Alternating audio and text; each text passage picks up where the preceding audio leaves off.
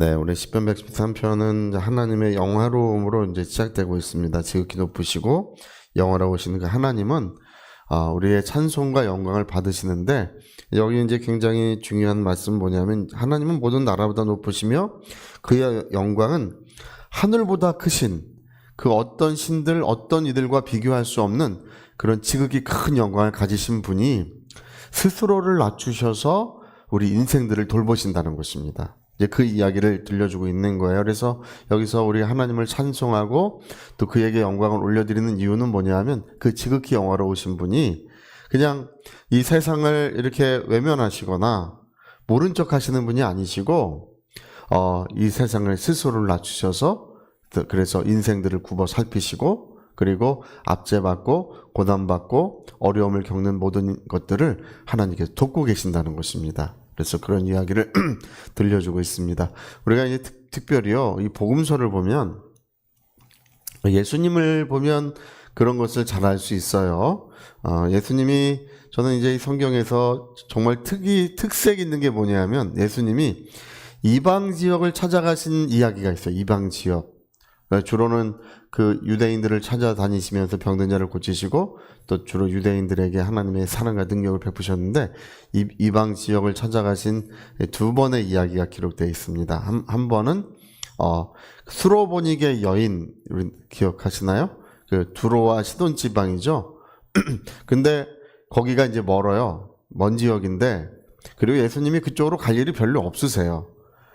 예수님의 사역의 근거지는 이제 가버나움이고 주로 예루살렘을 오가시면서 사역을 많이 하셨습니다. 근데 그 이방 지역, 저 뒤편에 있는 이방 지역에 웬일인지 두로와 시돈 지역에 가셔서 성경은 그 한 가지 이적만 기록하고 있어요. 그러니까 우리가 이제 성경에서 알 수 있는 것은 두로와 시돈 지방에 왜 그렇게 먼 곳까지 발걸음을 하셨느냐, 이 수로보니게 여인을 도와주시기 위하여, 이렇게 보는 것입니다. 그 수로보니게 여인을 우리가 이제 성경 읽을 때는 개들의 자녀의 떡을 취해서 개들에게 던짐이 마땅치 아니하다, 이렇게 말하심으로 마치 그 여인을 모욕하시고 이방 여인이니까 안 도와주려고 하시고 막 문을 걸어 잠그시는 것처럼 그렇게 보이기 십상이지만 사실 그렇지 않습니다. 주님은 그 한 사람을 찾아서 거기를 가셨다는 거예요.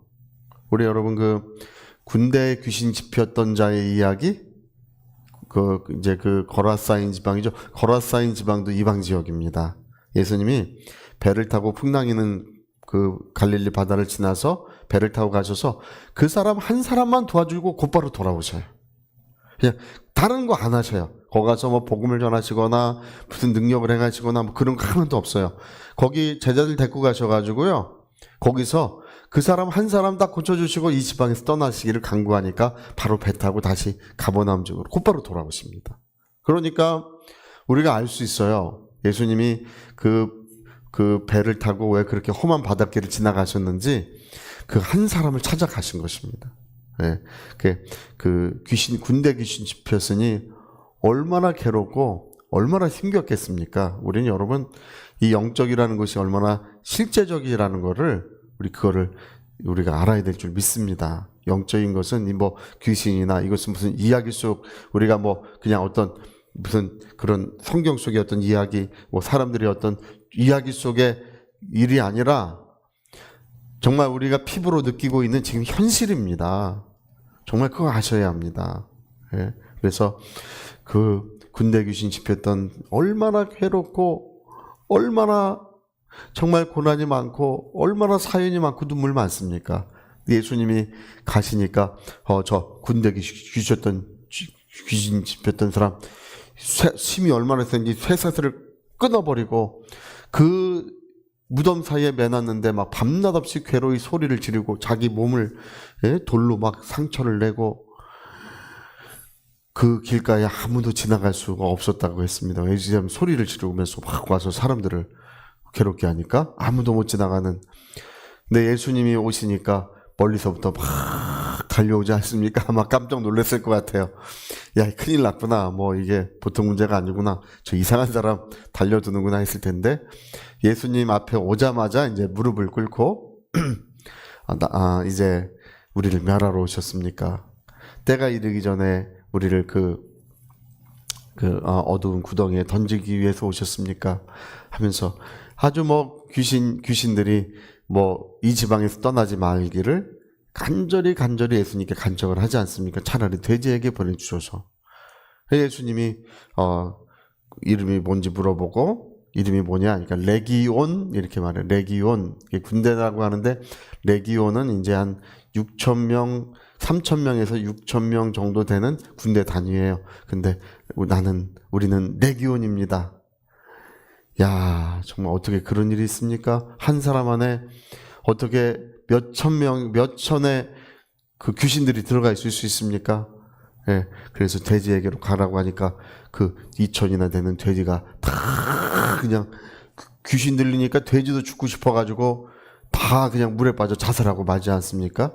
그게 한 사람 안에 들어가 있으니 얼마나 괴로웠겠습니까? 근데 주님은 그 한 사람을 돕기 위해서 그 험한 파도를 지나 찾아가시는 거예요.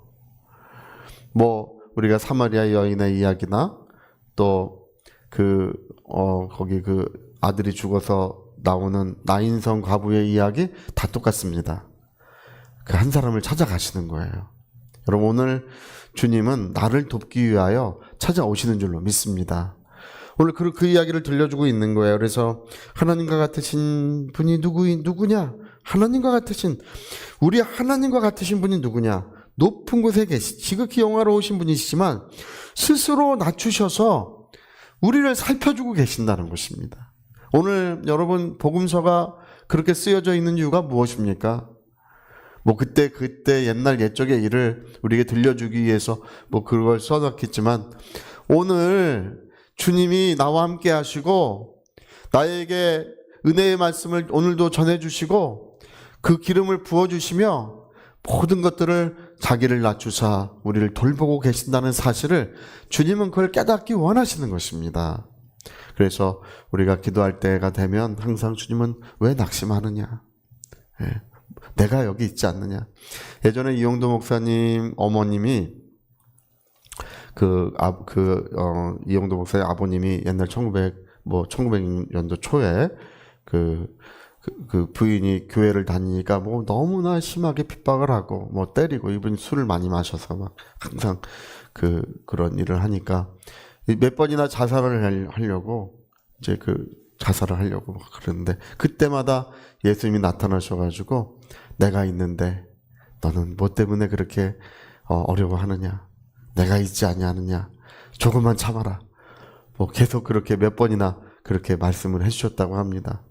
예, 이용도 목사님 어저께도 제가 어떤 목사님 만나서 같이 식사를 하는데 그 목사님이 이제 연세가 굉장히 많으신 목사님이세요.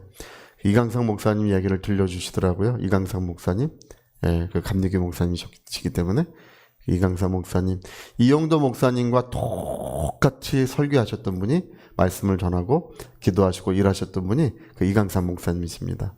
예, 근데 그 이야기를 들려주시더라고요. 이용도 목사님이 1930년대 이 땅에 엄청난 부흥을 일으켰습니다. 예, 그 부흥의 역사가 지금 오늘날까지 이 땅을 뒤덮고 있습니다. 모르는 분들이 많아요. 예, 단 3년 반 사역하셨는데 3년 반 동안에 그 은혜의 물결이 뭐 엄청났습니다.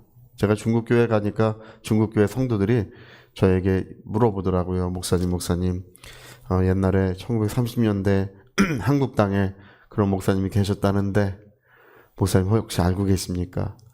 그분의 책을 좀 번역해 줄 수 있습니까? 그러더라고. 중국에서도요.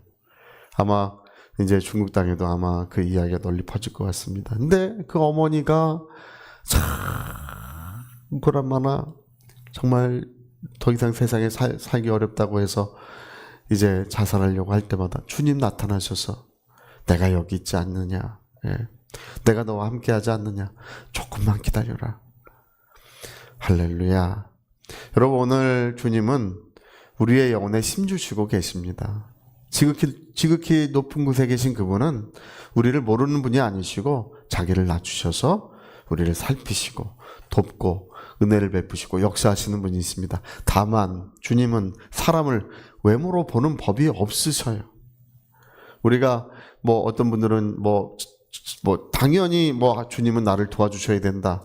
뭐 나 같은 사람은 뭐 당연히 뭐 하나님께서 은혜를 베푸셔야 된다고 그렇게 뭐 자기가 뭐 대단한 사람인 것처럼 생각하는 사람 많지만 그런 사람은 하나도 없습니다. 우리는 다 하나님 앞에 죄인들일 뿐이고 십자가의 보혈이 없이는 살 수 없는 그런 은혜가 없이 살 수 없는 자들입니다. 그래서 여러분 우리는 주님이 일방적으로 사랑하시고 일방적으로 은혜를 베풀어 주고 계시는 것입니다. 바울의 고백이 있어요. 사도 바울의 고백은 나의 나 된 것은 내가 아니요 하나님의 은혜로다. 나의 나 된 것은 내가 아니요 하나님의 은혜로다. 이 다윗의 고백이 있습니다. 다윗은 하나님 내가 무엇이간데 여기에 이르게 하셨나이까.